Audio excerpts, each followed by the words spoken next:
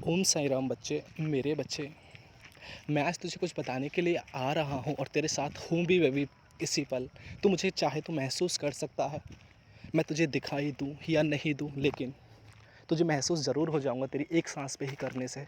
तू मुझे महसूस कर सकता है अंदर से, अंतरात्मा से। मैं तुझे अवश्य महसूस होऊँगा।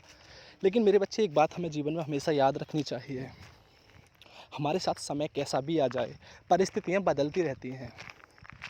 कभी नेगेटिव होती हैं तो कभी पॉजिटिव होती हैं। इनका कोई स्थिर नहीं होता है ना, बदलती रहती हैं। इसलिए हमें परिस्थिति के अनुसार ही ढल जाना चाहिए। परिस्थिति हमें किसी भी मजबूरी में लाके खड़ी कर दे, लेकिन हमें एक काम तो कभी भी नहीं करना चाहिए। कभी किसी के साथ हमें छल नहीं, धोखा नहीं करना चाहिए।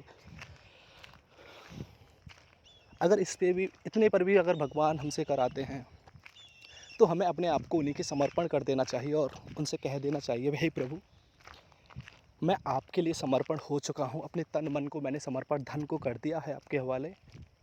आप हमें सही राह दिखाना, जो सही हो उसी राह पे हमें चलाना। बाकी हमसे जो भी गलत होगा, मैं तुम्हें वचन देता हूँ मेरे बच्चे, हमसे जो भी गलत होगा, सही होगा, सब कुछ ईश्वर की शरण में होगा। और ईश्वर हमें उस अधर्म से बचा सकते हैं। अन्यथा ईश्वर की शक्ति के सिवा कोई ऐसी दूसरी शक्ति नहीं है जो हमें उससे बचा सके। इसलिए हमेशा ईश्वर की शरण में रहना चाहिए। मेरे नाम लेने से ही, मेरे दिन में एक बार नाम लेने से ही 1000 कष्ट हर रोज़ के दूर हो जाते हैं, जो कभी दोबारा वापस नहीं आते। तो तुम साईं साईं का भी स्मरण भज सकते हो अपनी मन में, अपनी अंतरात्मा में। तुम्हें सुकून अवश्य मिलेगा, राह भी मिलेगी तुम्हें समय से। समय आने से सब कार्य हो जाएगा। मैं इतना वचन देता हूँ कि समय आने पर कोई भी कार्य तुम्हारा नहीं रुकेगा। तुम्हें अवश्य ही उससे आज़ादी मिल जाएगी और तुम जीवन में जीत जाओगे। अभी तक बहुत हारे हो ना, तो मैं जीवन की हर एक सीढ़ी पे चढ़ा दूंगा मैं। लेकिन हाथ तो करो। मैंने हाथ तेरी तरफ बढ़ा रखा है मेरे बच्चे। तुझे इतना याद रखना होगा कि जिस भगवान के मंत्र ही श्रद्धा और सब्री होती है, तो वो सब्र क्यों नहीं कराएगा। वो सब्र अवश्य कराएंगे तुमसे। लेकिन तुम्हें सब्र करने के लिए चुना है ना, तो तुम बहुत बड़े भाग्यवान हो मेरे बच्चे। क्योंकि ईश्वर उन्हीं को चुनते हैं जिनके अंदर सब्र होता है, श्रद्धा होती है, ईश्वर के प्रति समर्पण होता है। जिसके हृदय में ईश्वर के प्रति समर्पण नहीं है, भक्ति नहीं है, सब कुछ दिखावा है, तो क्या ईश्वर उससे प्रसन्न होंगे मेरे बच्चे। यहाँ हर एक कार्य ईश्वर की मर्जी से ही होता है। उनकी बिना मर्जी से कोई भी कारण नहीं हो सकता। यहाँ पे जिस तरह निशाचर में और भगवान में विपरीत होता है ना, उसी प्रकार इसमें भी विपरीत इतना ही होता है मेरे बच्चे। इसलिए सदैव हमें ईश्वर की आराधना करनी चाहिए, ईश्वर की शरण में रहनी चाहिए। तन मन का क्या है, तन है हमारे पास आज, कल नहीं है।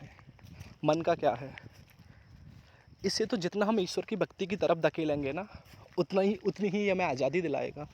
ईश्वर की शरण में प्रत्येक मन का वास नहीं होता है, कोई कोई मन का वास होता है ना। मेरे बच्चे, मैंने तुम्हें अवसर दिया है, मैंने फिर से तुम्हें एक मौका और दिया है। तुम मेरी शरण में अपने मन को लेके आओ। तुम्हारे मन को मैं अपनी शरण में रखूँगा और मेरे बच्चों, तुम्हें हृदय से भी लगाऊंगा। जब तुम मेरे हृदय से लग जाओगे, उसके बाद तुमसे जाने अनजाने में अगर कोई भी पाप, मिस्टेक, गलती कोई भी होता है, कुछ ऐसा अगर कुछ होता है, लेकिन ईश्वर की शरण में आने के बाद होता है ऐसा, तो तुम्हें मेरे बच्चे वो यहाँ से बचा लेंगे। और तुम्हें जब वो बचा लेंगे यहाँ से, तो तुमसे पाप ही नहीं होगा ना कोई। ईश्वर परम दयालु होते हैं मेरे बच्चे। तू मेरे नाम का स्मरण करके तो देख हृदय से। मैं जानता हूँ तू हृदय से ही मेरे नाम का स्मरण करता है और करेगा भी, क्योंकि मैंने तुझे खुद दी अपनी भक्ति मेरे बच्चे। मैंने हर किसी को नहीं चुना अपनी भक्ति के लिए। जिसे चुना है वो लाखों में एक होता है, और जो एक होता है वो हीरा होता है मेरे बच्चे। उसकी आदत को मैं नहीं बिगाड़ना चाहता, छोटी मोटी चीज़ें देकर, वस्तु देकर। और तुम इसी की जिद करते हो मेरे बच्चे की, बाबा हमें ये नहीं देते। बाबा तुम्हें वो अवश्य देगा तुम्हारे लिए मेरे बच्चे, जो तुम्हारे लिए उचित होगा। और समय आने पर, समय आने से पहले तो भूख भी अच्छी नहीं लगती है ना मेरे बच्चे। जब समय आ जाता है तो हमें खाना कितना पसंद आता है, और जब हम पेट भरा हुआ होता है ना, तो हमें खाना भी वो पसंद नहीं आता है मेरे बच्चे। इसलिए अपने आप को सब्र की भट्टी में और श्रद्धा की भट्टी में हमेशा